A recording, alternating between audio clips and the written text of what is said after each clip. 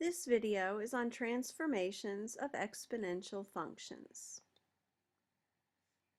We start looking at the parent function, which in the case of an exponential function is the equation y equals 2 to the power of x. And you can see a picture of the graph highlighted here.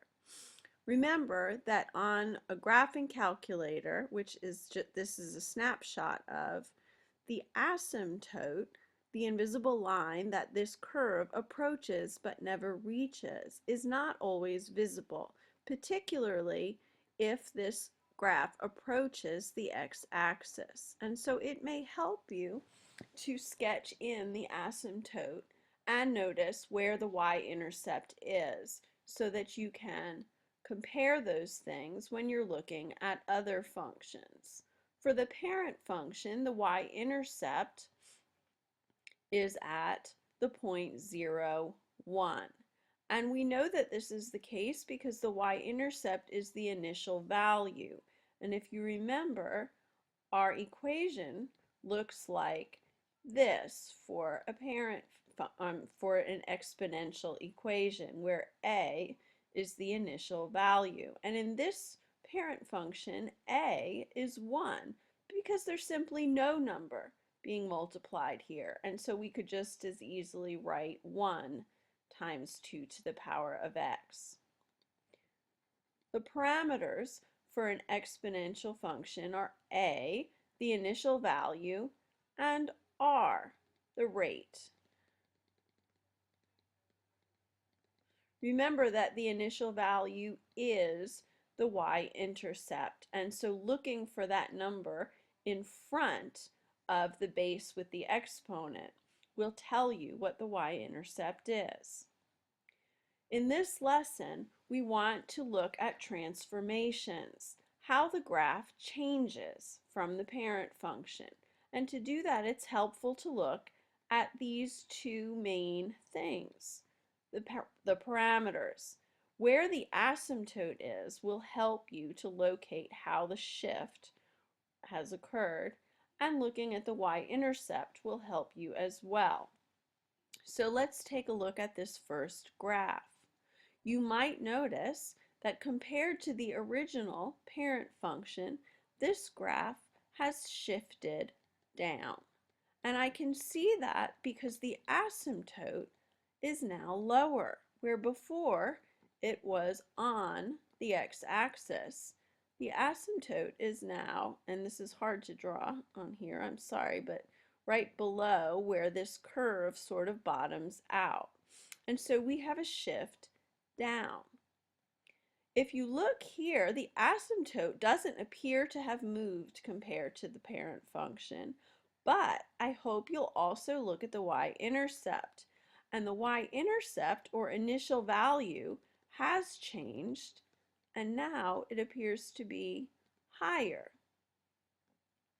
It looks like the initial value is now at 4, where it was at 1. And so that changes the equation that we'll write as well, which you'll learn how to do in just a few minutes. If you compare the third graph to the original, I hope that you notice that the asymptote doesn't appear to have moved, but the y-intercept is probably somewhere really low in here. And so what that seems to show me is that this has shifted to the right. It's like we took the entire curve and slid it over, and now it's farther over into the first quadrant. What do you notice about the fourth graph compared to the parent function? I hope that you see that this one is a reflection. And if you look at the way that this has reflected, it has reflected over the y-axis. If you think of the y-axis as a mirror, this part of the curve is now on the other side of the y-axis. And the part that approaches the asymptote is now also on the other side in quadrant 1. And so this is a reflection over the y-axis. Let's look at the equation itself and see where these shifts will show up when you look at it. So we have here a parent function, and you'll have one of these in your notes already printed for you. The format of the equation looks like this. So I have this equation here that f of x, or y, is equal to the initial value times, here's the rate, and now there's a couple of new letters here, and those letters aren't there to confuse you, although I imagine they will initially. If you have something being added or subtracted up in the exponent with the x, the result is going to be a shift left or right. And that's what this part down here is. C, something being added or subtracted to the x, shifts right if it's minus that number, or it shifts left if it's plus that number. Notice this one is special. It works backwards. We think of right as positive and left as negative, but we're always going to do the opposite when we're talking about something that's happening to the x. And so that's something that you'll need to remember. Now this plus k at the end works very similar to y equals mx plus b in a linear function. And the k works just like the b does in that it shifts it up and down. And so k plus k shifts it up, and minus k shifts it down. Notice that those work the way you think they're supposed to. Plus is up and minus is down. C, the one in the exponent, is the only one that works backwards. We have R, the rate. Remember that if it's less than 1, it's decreasing, and if it's greater than 1, it's increasing. And those are things you already know about R. You can tell if it's a growth or decay equation by looking at that value. Of course, you already know that A, the number in front, is the initial value. And if there's not a number there, you can assume that it's 1. This is also the y-intercept. The value of A will tell you about a vertical shrink or stretch, and we talked about those in the relationship with slope of a linear function. The rules will work the same. If it's a number between 0 and 1, a fraction, it's a shrink. And if it's a number bigger than 1, it's a stretch. Keep in mind that a negative value for A has nothing to do with the shrink or stretch. It reflects the graph, and this time it's going to reflect it over the asymptote.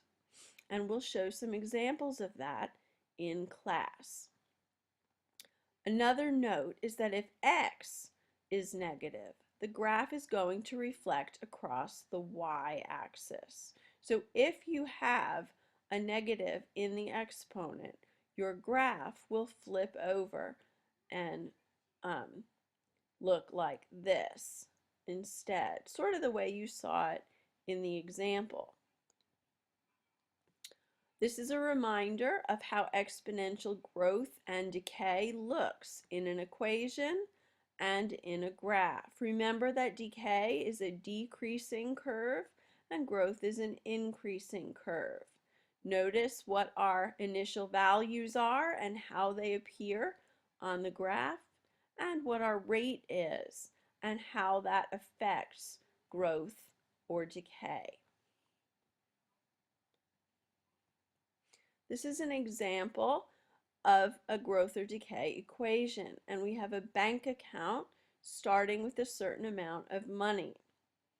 It's left untouched for n number of years, and they ask you to use the information to plug into the equation.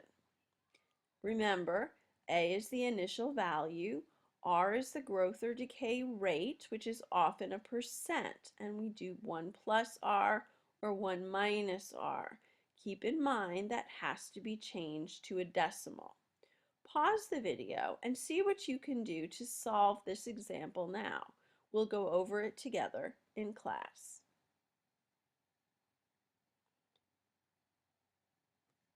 In summary, you may have noticed there are more parameters to look at for exponential functions compared to linear. It's going to help you to look at the asymptote and the y-intercept and compare those to where they're located in the parent function. A number in front of the rate is the new y-intercept, or the initial value. A number added or subtracted at the end shifts the graph up for positive or down for negative. Anything happening with the x in the exponent moves the graph left or right, and it works backwards from the way that you think it should work. So intuitively, you normally think that plus is to the right, but this works backwards. Plus is left, and minus is right. Changing the rate is what makes the graph growth or decay. Growth is increasing, decay is decreasing. And changing a, the initial value, is what results in a stretch if it's bigger than 1, or a shrink if it's less than 1. We're going to practice looking at graphs and writing transformations as well as the equations more in class.